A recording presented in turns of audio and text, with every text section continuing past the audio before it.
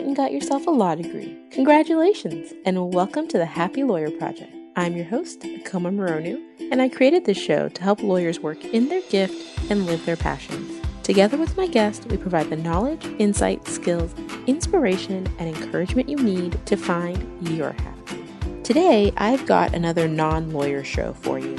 With the new year upon us, I know a lot of people are making plans for the year to come, and money is often at the top of that list. And if it's not, maybe it should be. Getting your finances in order can do a lot to relieve anxiety and open up opportunity. Today's guest, Bola Sokunbi, is a certified financial education instructor, money coach, and the founder of Clevergirl Finance, where she helps women achieve financial independence so they can live life on their own terms. And today, I have her on to tackle some of the common excuses people use to avoid getting their money house in order. So, no more excuses. Let's get to the show.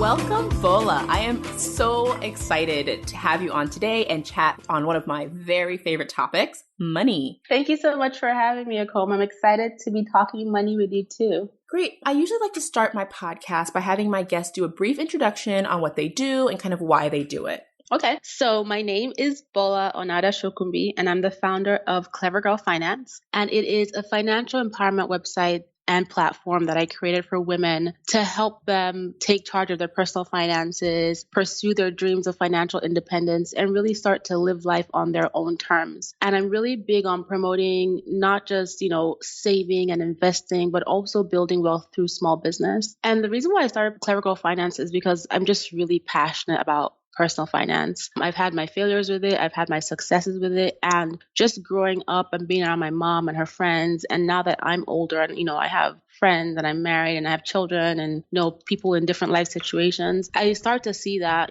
for the most part, women, we tend to put ourselves last when it comes to finances, where by nature, we're very caring and nurturing and giving and emotional, which means that we're taking care of everybody else, our boyfriends, our husbands, our children, our families, our friends, before we really think about ourselves. And that also applies to our finances in a lot of situations. And so I really started Clevergirl Finance to educate, to empower, and to teach women how to build wealth. I think that's a great message and a really important mission. I would love if you could, what do you think, how do you define financial independence? I think financial independence, it really depends on what you deem as your financial success. But, at the very basis, it's being debt free. It's not having to worry about money. It's not having to, be stressed about your finances. And it's having a good financial buffer in the bank. And that buffer really depends on what you define as your financial success. So for some people, it could be, if I have $100,000, then I'm good. I'm comfortable. I have peace of mind. For some people, they need to have $1 million or $5 million. So you define your financial success, but independence really means that you're not stressing about money. You're debt free. You're saving, you're investing, and you can give and you can help people too. I think that's a fantastic message and one that's really important for my listeners because one of the things I really love about you and your business and your brand is that you're very supportive of people taking ownership of their situation and really moving forward from where they are and really making finances a priority. And one of the things that I find a lot of lawyers, especially young lawyers, struggle with is that they have this huge mountain of debt, often 6 figures of debt. And they become so myopically focused on that they think they can't do anything else. So one of the things I would love to get your feedback on are some of the things I'm always hearing from lawyers as reasons for why now may not be a good time for them to start thinking about saving, investing, building wealth, and all those things that really set you up in the future.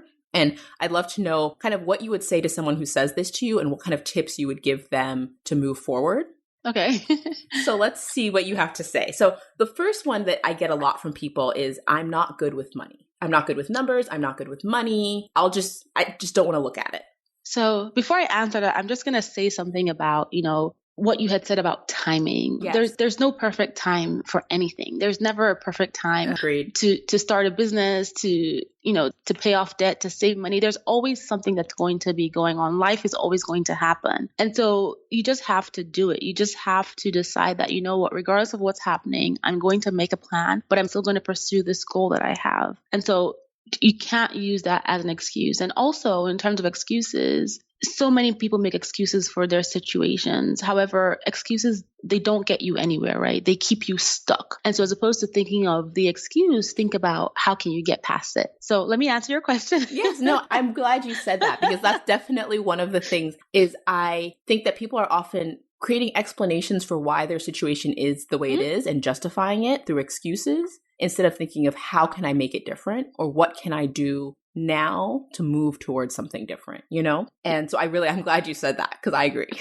Yeah, the justifications get you nowhere. And I see it all the time, especially with women. They'll see a success story. Someone saves a ton of money. Oh, I can never do that because I don't have all these things they had. Or someone pays off a bunch of debt and they're like, oh, I can never do this. I don't have all the things that they had. But those excuses is just your mind trying to our minds are so vast. And those excuses are the little voices in your head trying to discourage you from accomplishing your goals. And it's really, I almost think that it ties back to fear, because fear is limiting and it holds you back from accomplishing a lot of big things. So when you start telling yourself, oh, I can never do that, that's your fear. It's your fear of achieving. It's your fear of getting out of your comfort zone and getting uncomfortable. But it doesn't kill anyone. No one ever died of fright, I don't think. Only in the movies, right? So, okay, let me answer your question. So you said for the people who think they're not good with money. So I'll tell you this. You don't have to be good with money, okay? Money management is a skill. You learn how to be good with money. So you mentioned, lawyers having this limiting belief. You went to school to learn how to be a lawyer. Think about all the classes you took to become a good lawyer. Think about high school. Think about college. Think about what you had to do to get those good grades. If you didn't put the effort in, you couldn't pass the classes. And that's the same way with money. I think a lot of people assume that they should automatically be good with money. And it doesn't work that way. It's something you have to learn. And again, that statement, I'm not good with money, also comes in, people say things like, well, my mother didn't teach me. If my father didn't teach me, we never talk about money at home. And that's okay because, a lot of people find money a taboo subject. Many people are not well educated on finances. However, it's something that you can learn. So if you're telling yourself that you're not good with money, the next thought should be, how can I get better with money? How can I improve myself with money? How can I learn how to create a budget, create a debt payoff plan, create an investment plan? It's all about learning and putting what you've learned into effect with your finances. So saying you're not good with money is not good enough to not be doing good with your money. Oh my God. One of the things that I do find with lawyers, I don't know if you've ever read Carol Dweck's Mindset, the book. No, but I'm going to write it down. Yeah. So it's a great book because she talks about the growth mindset versus the fixed mindset. Mm-hmm. And people who have a growth mindset believe that personal characteristics, while they may or may not be fixed, everybody can learn. Everybody's constantly growing and growth is always possible and things are achieved through hard work. Mm-hmm. Whereas people with a fixed mindset tend to believe they received everything they got based on luck or ingrained talent. So sometimes I do think there is a belief amongst lawyers that they are naturally smart, that they were naturally good at arguing, and that's why they've been successful, as opposed to they work hard for it. And so I think this is an area where that comes in, where whether or not you were good at arguing or whether or not you are naturally smart, the work made it possible. So the work on money could also make that possible. And it really is a mindset shift that I had to make myself. You'll find this funny because you're also Nigerian. So my father, whenever something good happens to me, he always says, of course you did well. You're a Moronu. and I'm like, I mean, why wouldn't you do well? Who are you not to do well with that last name? Exactly. And so finally I confronted him on that. And I was like, that the reason that creates anxiety for me is that it makes me feel like it's not in my control. Like it's not the amount of hard work that I put in that got me my result. It's who I am that got me my result. And so when I doubt myself in an area, I think there's nothing I can do to increase my likelihoods of success in that area. Yeah. Obviously that was not his intent. His intent was to be supportive and his intent was to make me feel like anything was possible and that I should have faith in myself. But there is kind of a shift between it's possible because of who you are versus it's possible because of what you do. Yeah. And, I see how that happens. People think that, well, I'm a lawyer because I'm good at arguing. I mean, you're going to gravitate to doing what you're good at. But there's hundreds and thousands of examples of people who had the worst grades, who are not really good, who put their mind to something and excelled at it because they wanted it. So And Do you this goes follow back. Gary Vee on Instagram? Yes, I follow Gary Vee. I love him. Did you see when he posted his report card last week? No, I have to go and look at that. But, oh my god. So yeah, so you first of all, the most important thing is you really have to want it. And it starts in your head. It's your mindset, and you control your mindset. And just like, money management is a skill, improving your mindset and getting to that point where you feel like you're invincible, even if you're not good at something, you can do it. That's something you can train your mind to do. And it's all about the power of your thoughts and, making sure you're thinking the right things, the power of your words, making sure you're saying the right things. And a lot of people are like, well, this mindset stuff is just nonsense. But it's, like,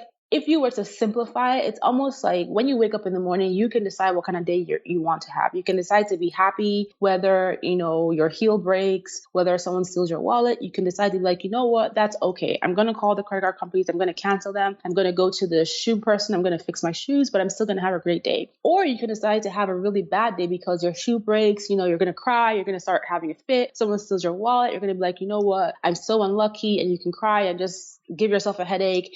Those are, you choose, regardless of what happens to you, how you want your day to be. And so when it comes to mindset, you decide how bad you want to achieve something, how bad you want to accomplish something. Do you want to be wealthy? Then you have to decide that, and you have to go after it. By telling yourself that you can't do it, by making excuses for what your parents did or what your sister did to you, whatever, then you're telling yourself that you don't want it bad enough, even if you're saying that you want to be wealthy. So it's almost like you have to sit down and soul search and just really ask yourself, how bad do I want this? How bad do I want this? What am I willing to give up? What am I willing to do? And it's not easy, because saying this in a conversation, it sounds easy. But once you put your mind to it, you'll get past those roadblocks, and you'll get past, the things that pop up that try to get you off path. But you have to start building your mindset, and that starts with, how bad do you really want this? So for lawyers, it's almost like when you were taking that bar, which is a really hard exam, from what I understand, you wanted to pass it, and you did all this studying, you studied hard, you were up late, you took all these questions.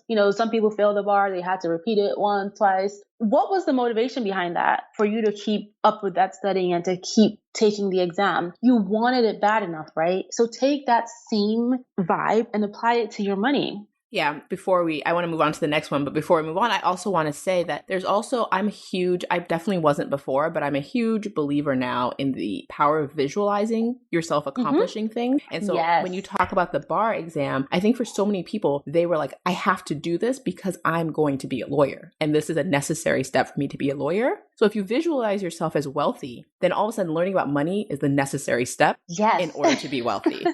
Exactly. So the next thing I get a lot from people, especially young people who have these loans and really want to focus on them, is they say things like, I don't need emergency savings because I can rely on someone else to bail me out. Whether that's a parent or a spouse or a sibling, they just aren't going to take personal responsibility until they're done paying off their loans or something else happens. So that actually makes me laugh a little bit. But so at what risk, though, you're going to, when you say that you're going to rely on someone else or your parents are going to save you, at what risk? And that's almost a little selfish, because the people that you're relying on, they're not necessarily expecting they may want to help you, but they're not expecting, they don't build it into their budget every month. I'm going to help so-and-so because she may have an emergency. And so you're almost shifting the burden onto them when they're not planning for that. And other people are only going to help you so much, right? Your parents are not going to stop paying. I mean, some parents might, but they're not going to become homeless because they're trying to help you fix your car, or, because they're trying to help you buy an emergency flight to get somewhere. People have their own problems and their own issues, and they're not only going to be able to help you so much. And so what typically happens when these emergencies come up is that people ask the people they typically rely on. They get $100 here, $200 here, maybe a large amount of money, but they always end up reverting to credit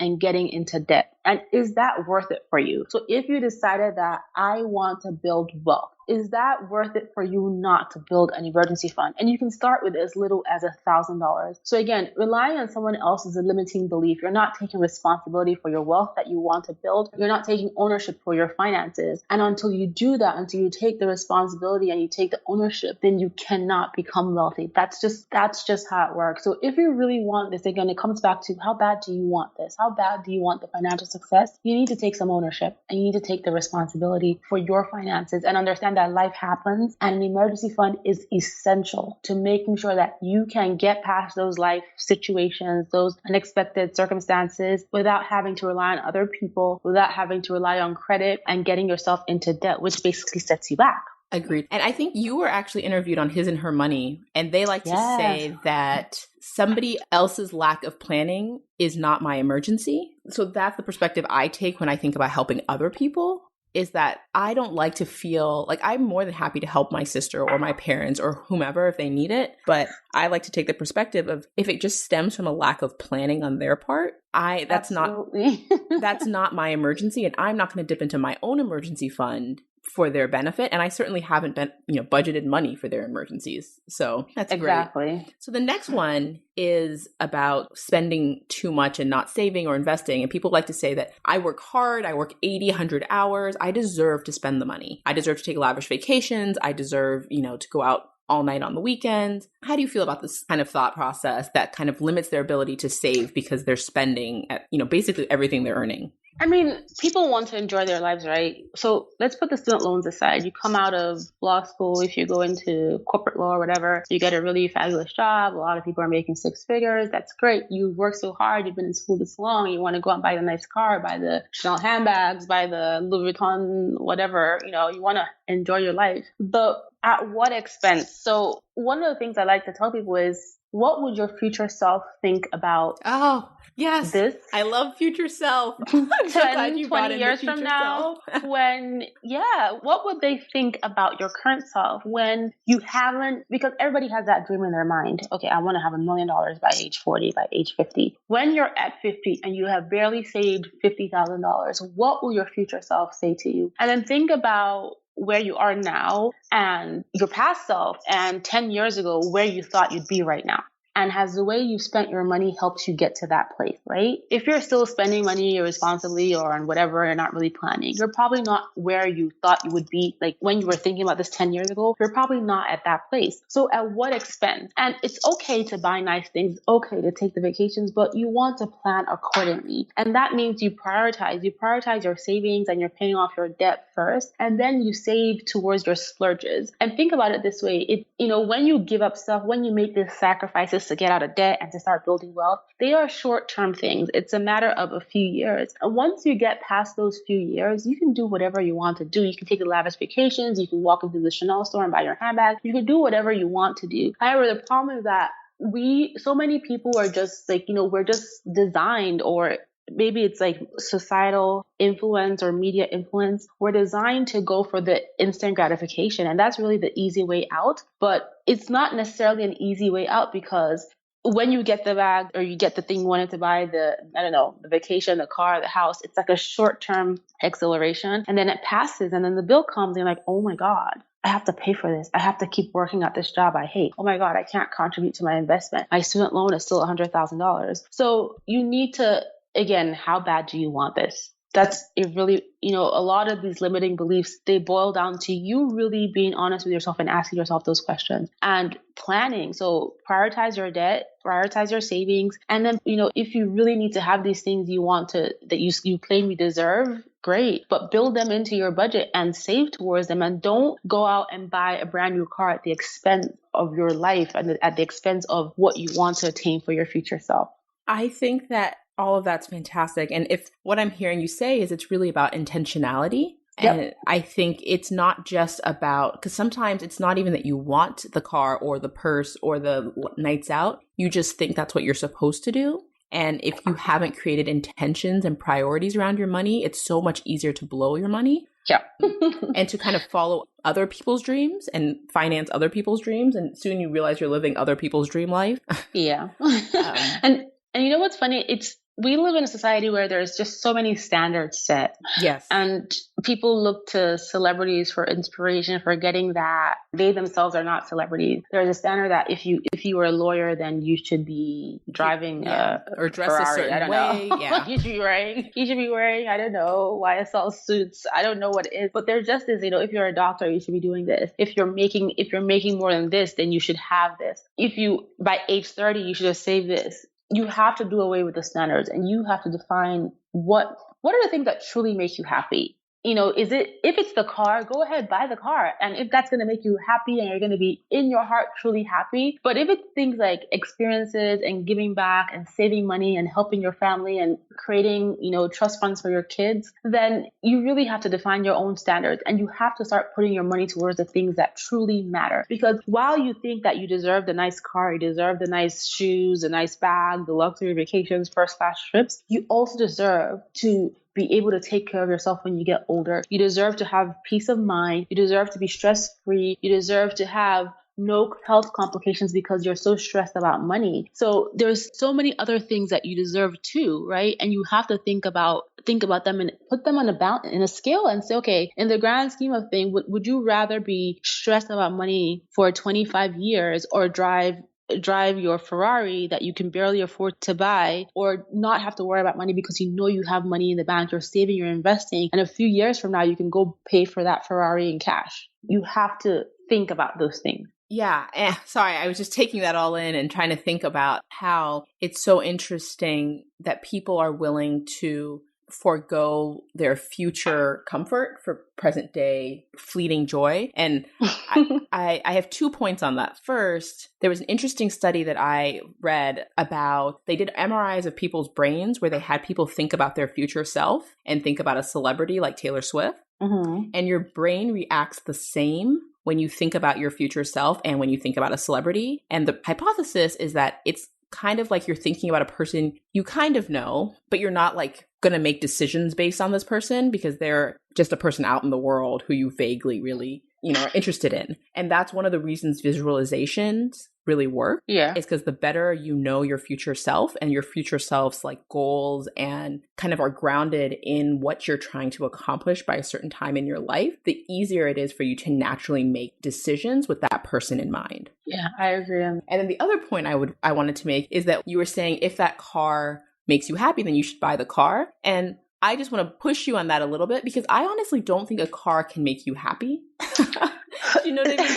Like, I think that fine, like buying a car you might be happy to buy a car, but I think typically you are happy or you aren't happy, and the car has very little to do with it, But that's why I said that because I said yeah, no, and you did say if it truly makes you happy, but I think that sometimes people think that buying that thing, like when they get to the point where they can buy the car, even if they can buy the car in cash, for some reason that if they're otherwise not happy, that would fix it.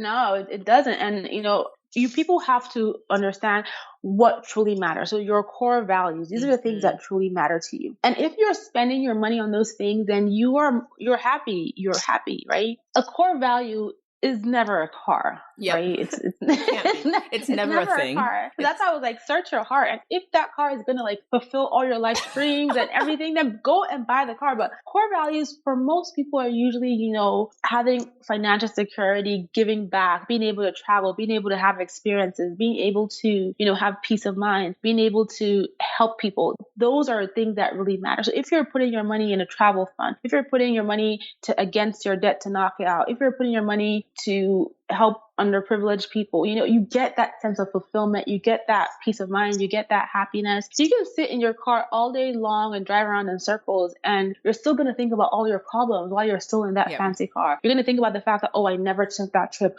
I can't help my daughter. I can't help my parents. I can't do this. I can't pay off my debt. But you're in this fabulous car that's doing nothing for you. So you really have to understand what truly matters to you. And again, it's sitting down and journaling, writing it down, creating a vision board. When you think about your ideal life, your dream life, the life that you've always imagined yourself having, what is it? Is it you on a beach? Is it you building a school? Is it you paying for your kids' college in cash? Then those kind of tie back into your core values. And so why are you not allocating the money that you make now towards those things? And most people that say they're not good with money, most people that have these limiting beliefs about money, when they do get money, they never put it towards their core values. They put it towards the things like the car and the handbags and the shoes. And then they still complain, I'm not happy. I can't save money. I can't build wealth. Yes. So I was going to ask you a question about student loans, but I would actually like to transition into a question. Well, it's really more a thought that I think a lot of people have, because we've been using the word wealthy a lot. And I think that a lot of people associate wealth and being rich with kind of this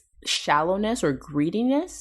there's a negativity around that thought. And it took me a long time to kind of get over it myself. There is this idea in our culture that rich people are bad and that they have to prove to us that they're not. Because if you think about the rich people in our society, the way we justify them having the money is we talk about how much they give back as if they owe society something, and I used to totally believe that as well. And I do think that people should give back, but I don't think it's because they owe us something for having created wealth. What are your thoughts about being wealthy and money and how it is, I think you would agree that money is neither good nor evil, but I'd love to know your thoughts. I almost feel like the whole rich people are bad, money is evil is another excuse, to be honest, as to why you shouldn't be rich and why you can never build wealth. And one of the other things that your mind tells you, plus other people in society historically who have said the same things. But at the end of the day, your money is a tool. It is a tool. It's a means to an end. It can, it's like a knife, right? You can take a knife and kill someone with it. Or you can take a knife and carve up your turkey or your chicken and have a nice meal. So that's what money is. It's a tool. It's not the money. It's the person who has the money, right? And so when you are wealthy, when you are rich, and because you have money, you can do things on a grander scale. You can help people in a bigger way, or you can destroy lives in a bigger way. It's like the difference between, Bill Gates and Melinda Gates and their amazing foundation and Pablo Escobar. I'm watching Narcos. And his drug cartel. So those are two, Pablo Escobar was one of the richest people in the world. Bill Gates is one of the richest people in the world. And they both use their money, their wealth for different things. So it's never the money. It's the mind behind it. And so you cannot allow a standard that has been set that says, oh, money is evil, rich people are bad, to define whether you go out and get wealthy or not. Because at the end of the day, that's just another excuse that's going to keep you stuck and it's going to prevent you from succeeding if you believe in that. So money is a tool. It's a tool. It's a tool. It's like a car that gets you to work. It's like a fork you use to eat. You can ram your car into the next house you see, or you can drive it safely to your job. So it's a tool. Yes, I love that. And this last one, I think, ties in very closely as well, is a lot of people believe that they have to choose between making money or doing good. And it kind of also ties in with the idea that making money has to always be hard, or, that there's all this negativity around money. And I don't know if the answer to this is very different, but I guess for people who feel like I want to make a difference in the world, I want to do good in the world, I want to help people, and there's not a way to make money doing that. So I have to live kind of in poverty in order to do the things I want to do. Mother Teresa and Gandhi. Exactly. I was one of the people that used to think that making money was hard. It was just hard. You just have to work so hard. But once I started adjusting my thinking and thinking to myself, you know what? Making money doesn't have to be hard. It can actually be easy because I want it to be easy. And when it comes to earning money, when you stop focusing on the money and you start focusing on what it is that you're doing, what is the impact of what you're having, how good what you're offering is, then if you put your best into that, and you have a good strategy, you have a good plan, and you're executing it the best way, and you're happy to do this work, the money will come. Making money does not have to be hard. It can be easy. However, you cannot just focus on the money. Yep. And you don't have to choose between making money or being good. You can use your money to do good. That's a choice that you have to make. If you want to be good and you have no money, then there's only so much good you can be, right? You can only help people so much if you have no money, if you are in debt. You can't save the world, right? But if you have money, you can have a bigger impact. So it's all about adjusting that thinking. Making money doesn't have to be hard. Take a look at successful people in the world. Just go on YouTube, buy a few books, and you'll see that they put in the hard work. But as they were working hard, it was never about, oh, I need to make $1. It was more about the passion for what they were doing, and the money came, and they were committed to doing what they were doing because they wanted it bad enough. So at the end of the day, making money is a transfer of value, right? Exactly. So if you are bringing value to the world, if you are doing something of value, money will come. Exactly. And the story is always the same. The people who put in the work and put in the effort, they reap the result. And so they reap the rewards, they get the money. And so if that's what you're worried about, start putting in the work first. And it's, in your business, in your career, with your finances, put in the effort, put in the work, and you will reap the rewards over time. So you said the magic word, you said the word books. And I love money books. What are you reading? What would you recommend someone start with? Do you have any recommendations for books? Oh my God, I have so many book recommendations. So right now I'm reading Brian Tracy's No Excuses. And this book is so epic. It is all about self-discipline to getting where you want to get to in your life, getting where you want to get to with your business, with your job, and your finances. And, he ties self-discipline into mindset, and it's just such a powerful book. I really recommend it. I'm about halfway through. From a true money book, my holy grail, the first personal finance book I picked up, which it's a little dated, but it's still very, very relevant. I read it to shreds. I had to buy a new copy because it was almost like my Bible. I was always in that book. It was Smart Money, Finish Rich by David Bach. That book was pivotal for me because when I graduated from college, my parents gave me the basic advice about money: save, don't overspend, don't get into debt. But I came from Austria to America. I didn't know what a 401k was. I didn't know what investments were. I didn't know any of these things. And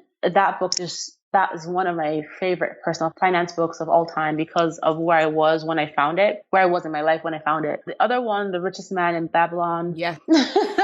So good. I actually bought that one on Kindle, read it, and then had to buy the paperback one because I wanted to own it. I had to read that book a couple times for it to sink in. And then there's another, this is not a book, but this is something that I listen to very often. It's on YouTube. It's free. It's by Earl Nightingale. It's called The Strangest Secret in the World. I think I listened to this thing. I used to commute to New York City to work, and I would listen to it on the train. And once it clicked, it was just like, oh my God. He talks about... what's it about? Oh my God. It's about mindset, and it's about why people don't get wealthy, why people don't accomplish their dreams because they don't leverage their minds the way they should be. And he gives this example, which was it gave me goosebumps about if you were to put 100 men at the age of 25, they all have these big hopes and these big dreams on men or women of all the things they're going to accomplish. But fast forward, to 65 or whatever age he says only 5 of them will be rich or financially stable, and the rest of them are going to be broke. And that's because people are not using their minds. They're not using their mindsets. They don't believe that they can accomplish anything. They don't believe they can get to where they can get to because of excuses. And so that's just a very, very powerful audio to listen to. It's about 30 minutes long. It's really old. You can tell it's old radio, but I listen to it very frequently just because when I start getting into that state of mind where I'm like, oh my God, why? Who asked me to do this? Why am I here? Yeah. That completely motivates me. So those. Oh, and the last book, Think and Grow Rich. That's an excellent book. Is that Napoleon Hill? Yes. Yeah. I haven't read that one in a while, but I did a lot of money books last year. Were you at FinCon? Do you go to FinCon? No, I haven't been. Oh, come next year. I definitely want to go. I haven't been able to go because I have small kids. Yeah. But yeah, it's on my list of conferences to go to in the future. Well, if you want to bring your kids to Dallas, they can stay with my kids. Emmanuel, watch them. And then we can go to FinCon. Yes, I've already bought my ticket. I'll be there. Yeah, definitely try to. So I usually end with some practical tips for my guest. And so I know a lot of the big firm lawyers, especially, they're going to be getting a big bonus at the end of the year. Hopefully, we had an increase in salaries. So I think people are a little bit nervous about where bonuses will be since salaries went up. Mm-hmm. But people are going to be getting, 5-figure bonuses. And so I'd love to know, for people who want to do next year right, who are ready to change, what are kind of the first things they should do to think about how to spend that money and really set themselves up for financial success? Well, the first thing you want to do is set a goal. So when you think about 2017 as a year, as a whole year, and you think about, the next 5 years, what do you want to accomplish with your finances? And set that goal. If you want to save $100,000, if you want to pay off $100,000 in debt, whatever it is that you want to do, create your list of your top 3 or top 5 financial goals. Buying a house, buying a car, paying off your loans, paying off your mortgage, whatever it is, and set that goal. And then take it a step further and then break those goals for the year into monthly goals. So can you tell me how many goals would you suggest someone have for you don't want to overwhelm yourself with goals because you're not going to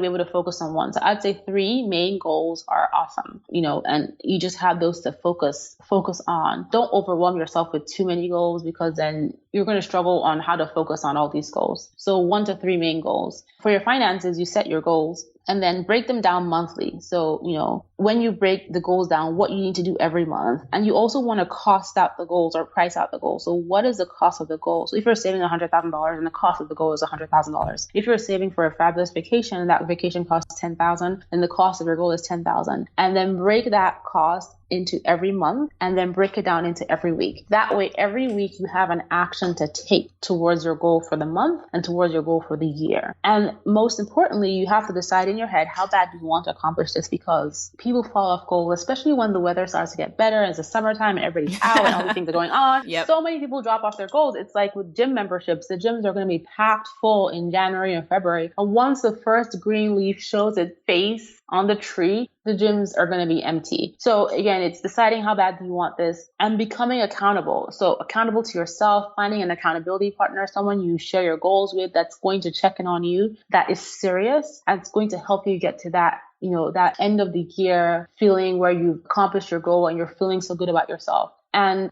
being accountable is very, very important, because a lot of people struggle to, meet their goals because they never put it out there. They've never released it out of their brains. So even if you don't want to talk to somebody else about it, writing it down and looking at it every day and rewriting it every day is very, very powerful. There are studies that show that seeing your goals in your own handwriting and writing it down in your own handwriting every day, not in an app, not in, an online thing, but in a piece of paper. So every day, I want to pay off my debt. I paid $200. Tomorrow, I want to pay off my debt. I'm going to pay $300. I want to pay off my debt. I paid $0, but I'm working on it. Writing it down in your own handwriting, that there's that brain-hand connection that is so powerful. So commit to journaling if you don't want to talk to anybody about this, and just create a vision board. Put it up as your screensaver on your phone. Put it up on your bathroom mirror. Buy a board and put it up in your bedroom where you can see it. And if you want to get an accountability partner that is on the same page as you, that can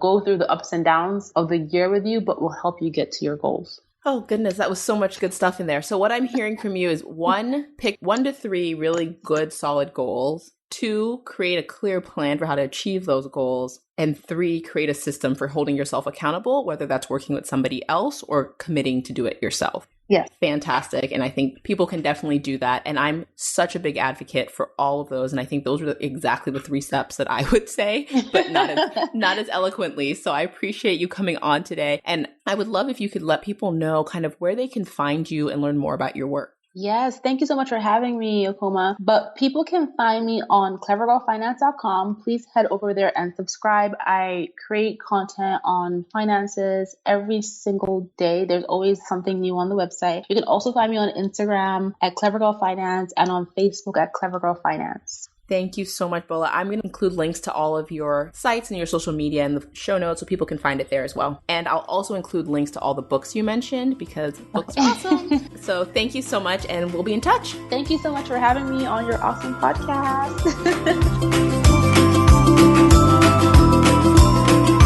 Thank you for joining me for the Happy Lawyer Project podcast. Please head over to my website, www.thehappylawyerproject.com, for more information from today's show. While you're there, I'd love it if you'd leave me your thoughts on the show.